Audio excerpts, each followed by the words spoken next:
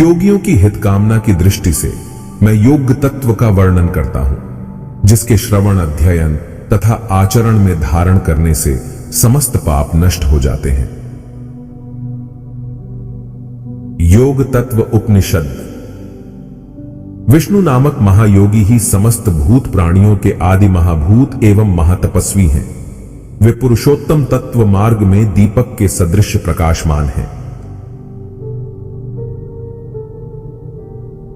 पितामह ब्रह्मा जी ने उन जगत के स्वामी भगवान विष्णु की आराधना एवं प्रणाम करके कहा, हे जगन्नाथ, आप अष्टांग युक्त योग का उपदेश मुझे प्रदान करें। यह सुनकर उन भगवान ऋषिकेश ने कहा कि मैं उस तत्व का वर्णन करता हूं, तुम ध्यान युक्त होकर श्रवण करो। ये सभी जीव सुख दुख के माया रूपी जाल में आबद्ध हैं। इस सुख दुख रूप माया के जाल को काटकर उन समस्त जीवों को मुक्ति का मार्ग प्रशस्त करने वाला तथा जन्म मृत्यु, जरा व्याधि से छुटकारा दिलाने वाला यही मृत्यु तारक मार्ग है। कैवल्य रूपी परम पद अन्य दूसरे मार्गों का आश्रय लेने से कठिनता से प्राप्त होता है। भिन्न भिन्न शास्त्रों के मतों में पढ़कर ज्ञानी जनों की बुद्धि मोहग्रस्त हो जाती है। उस अनिर्वचनीय पद का उल्लेख देवगण भी नहीं कर सकते, तब उस स्वप्रकाशित आत्मा के रूप का वर्णन शास्त्रों में कैसे किया जा सकता है। वह निष्कल कला रहित, मल रहित, शांत, सर्वातीत, सबसे परे, निरामय, रोग रहित तत्व जीव रूप में पुण्य और पाप के फलों से पूर्ण हो जाता है। यहां यह प्रश्न उठता है कि जब वह परमात्मा सभी भाव और पद से परे, नित्य, ज्ञान रूप एवं माया रहित है, तब वह जीव भाव को कैसे प्राप्त हो जाता है।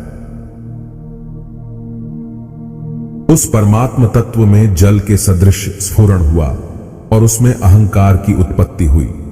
तब पंच महाभूत रूप धातु से आबद्ध गुणात्मक पिंड उत्पन्न हुआ। उस विशुद्ध परमात्मा ने सुख दुख से युक्त होकर जीव भावना की, इससे उसे जीव नाम दिया गया।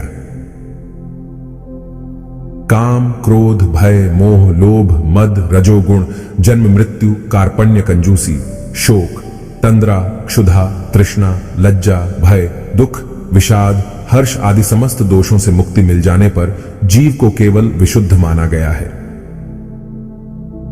अब उन दोषों को दूर करने का उपाय कहता हूं। योग विहीन ज्ञान मोक्ष देने वाला कैसे हो सकता है। ज्ञान रहित योग से भी मोक्ष नहीं प्राप्त हो सकता। इस कारण मोक्ष के अभिलाषी को ज्ञान और योग दोनों का ही दृढ़ अभ्यास करना चाहिए।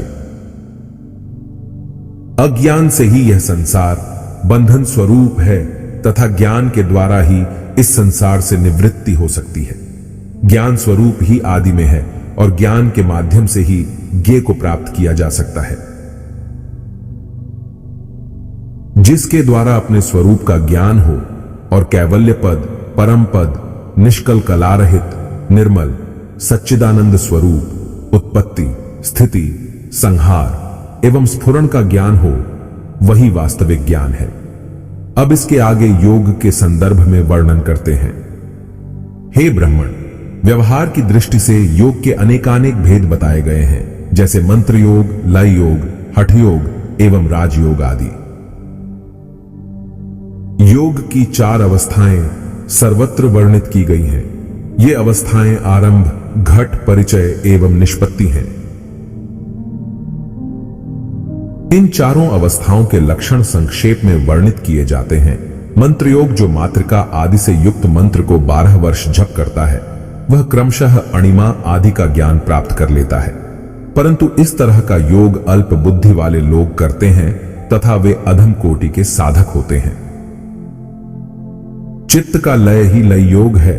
वह करोड़ों तरह का कहा गया है। चलते, बैठते, रुकते, शयन करते, भोजन करते, कला रहित परमात्मा का निरंतर चिंतन करता रहे। इस प्रकार वह तो लय योग हुआ। अब हठ योग का श्रवण करो। यम, नियम, आसन, प्राणायाम, प्रत्याहार, धारणा, भ्रिकुटी के मध्य में श्रीहरि का ध्यान तथा समाधि साम्यावस्था को अष्टांग योग कहते हैं।